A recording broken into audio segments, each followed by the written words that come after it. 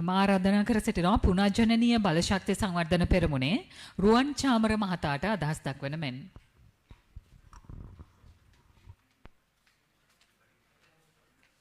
ස්තුතියි. විදුලි ගාස්තු වැඩිවීම සම්බන්ධව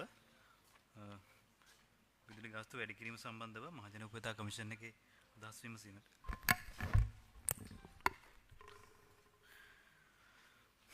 විදුලි ගාස්තු සම්බන්ධව වැඩි කිරීම ඉතා මේ අදාළ කොන්දේසි වලට පටහැනි මූලිකවම විදුලි ගාස්තු සංශෝධනය වීම.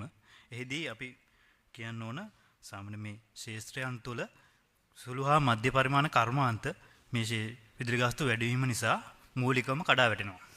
ඒකෙන් රටට විශාල ආර්ථික වශයෙන් විශාල පාඩුදායක තත්ත්වයක් ඇති වෙනවා. ඒ නිසා මේ ශේෂ්ත්‍රය සහ විදුලි බල ශේෂ්ත්‍රය ආරක්ෂා කර ගැනීමත් මම වැඩි විදිහට කතා කරනවා නම් පුනර්ජනනීය බලශක්තිය සහ පුනර්ජනනීය බලශක්ති කර්මාන්තය මේ වන විට ලංකාවේ විශාල වශයෙන් පසුබෑමකට ලක් වෙලා තිනවා රාජ්‍යය සහ විදුලි බල මණ්ඩලය විසින් ගත් ක්‍රියාමාර්ග නිසා. මෙහිදී පුනර්ජනනීය බලශක්තිය රූටොප් සෝලාර් මෙගාවොට් 600ක් පමණ මේ වෙනකොට ස්ථාපනය වෙලා තියෙනවා. ඒ ක්‍රමවේද තුලට වහලවල් ලක්ෂයක් පමණ සහ පාරිභෝගිකයින් ලක්ෂයක් පමණ දායකත්වය දක්වලා තියෙනවා. එහිදී අපි වශයෙන් වැදගත් වෙන්නේ මූලිකවම පුනර්ජනනීය බලශක්තිය මගින් විශාල වශයෙන් ඩොලර් ඉතිරි කිරීමට පුළුවන් ක්‍රමවේද. ඒ වගේම කාබන් ශූන්‍ය කරන්න පුළුවන් විශාල පාරිසරික වැදගත්කමක් තියෙන ක්‍රමවේදයක් තමයි පුනර්ජනනීය බලශක්තිය කියන්නේ.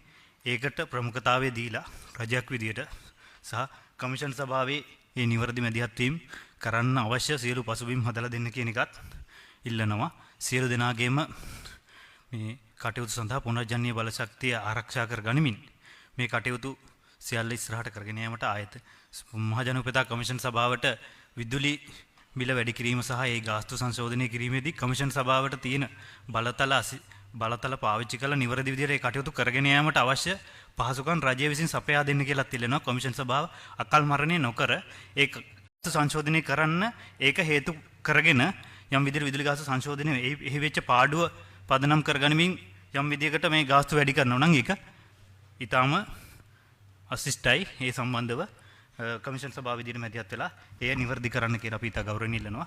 ඒ වගේම මේ රටේ ජනතාවට පුනර්ජනනීය බලශක්තිය ඇති අවශ්‍යතාවයන් වලින් ඉස්සරහට යන සෝලාර් පද්ධති ස්ථාපනය කරන්න මේ රටේ අවශ්‍යතාවයන් තියෙනවා.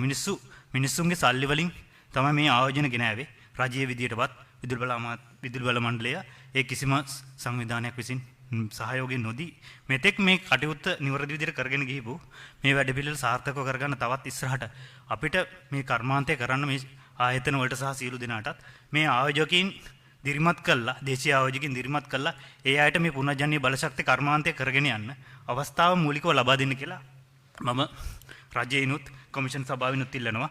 ඒ සඳහා අවශ්‍ය සියලු කටයුතු කමිෂන් සභාවට බලය ලබා දීලා කමිෂන් සභාව හරහා අපට විදුලි ගාස්තු සංශෝධනයේ ක්‍රමවේද මගින් රටේ ඉස්සරහට මේ බලශක්තිය ප්‍රවර්ධනය කළා මේ සුළු හා මධ්‍ය පරිමාණ කර්මාන්තකරුවන් ආරක්ෂා කරගනිමින් මේ රටේ නිවැරදි විදියට රටේ ජාතික ආර්ථිකයට දායකත්වය ලබා දීමට අපිට අවස්ථාව දෙන්න කියලා ඉල්ලනවා. විදුලි ගාස්තු සංශෝධනය කිරීම මේ අවස්ථාවේදී පටහැනි නීතියට ඒ කියන්නේ 2024 සිදුවෙච්ච යම් දේවල් සම්බන්ධයෙන් 2025 වෙච්ච කරුණු කාරණා ගණනය කරලා විදුලි ගාස්තු සංශෝධනය කිරීම මූලිකවම කොන්දේසි විරහිතයි. ඒ සම්බන්ධව නිවැරදි විදියට අදාළ 18%ක ගාස්තු සංශෝධනය නොකරනව නම් හොඳයි කියන තත්ත්වයක තමයි අපි රටේ මහ ජනතාව විදියට ඉන්නේ. මොකද ඊට අවශ්‍ය සියලු කටයුතු කරලා මේ කටයුතු සාර්ථකව කරගෙන යන රටේ ජනතාව වෙනුවෙන් නිවැරදි විදියට බලශක්තිය කියන්නේ රටේ ජනතාවගේ අයිතියක්. ඒ අයිතියේ නිවැරදි අයිතිය ජනතාවට ලබා දෙමින් සියලු බලශක්ති ක්‍රමවේද නිවැරදි විදිහට කරගන්න පුනර්ජනනීය බලශක්තිය කර්මාන්තය ආරක්ෂා කරගන්න අපේ රටේ ජනතාවට ශක්තියක් වෙන්න කියලා මම රජයේනුත් කමිෂන් සභාවෙනුත් ඉල්ලා සිටිනවා. ස්තුතියි. ඔබට ස්තුතියි. මා ආරාධනා කර සිටිනවා